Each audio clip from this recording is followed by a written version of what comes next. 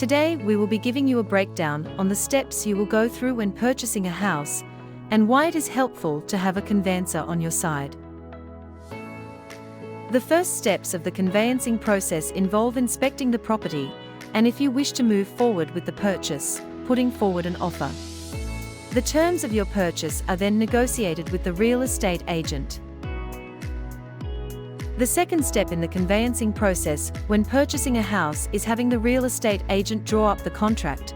The buyer will then engage a solicitor, who may review the drafted contract.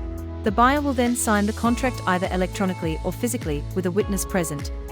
And they will also pay the initial deposit as noted in the contract. The seller will then sign and date it, and a copy of the fully signed contract will be provided to all of the parties by the agent. Finally, the buyer's solicitor shall perform initial searches to investigate the title and survey. If instructed, they can also perform optional searches. Once the contract is signed, it may be subject to a 5-business-day cooling-off period. During this period, you are not legally bound by the contract and may terminate the contract for whatever reason. In saying this, though, a termination penalty may apply. If the contract is subject to finance, the buyer will need to supply a copy of the contract to your financier and advise them, who is acting on your behalf, conveyancer. They will then contact you and your conveyancer advising whether finance has been approved.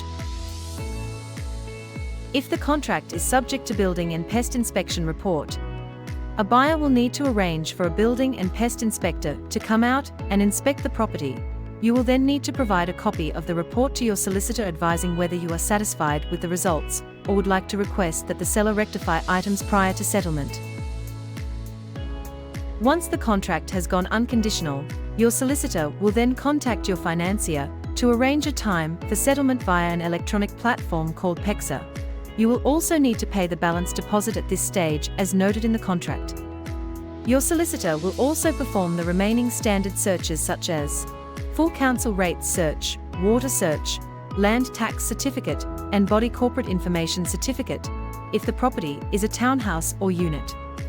Your solicitor will also prepare settlement figures to you prior to settlement, noting the remaining amount to the seller, registration fees and stamp duty. You need to ensure the funds are transferred into the correct account for settlement.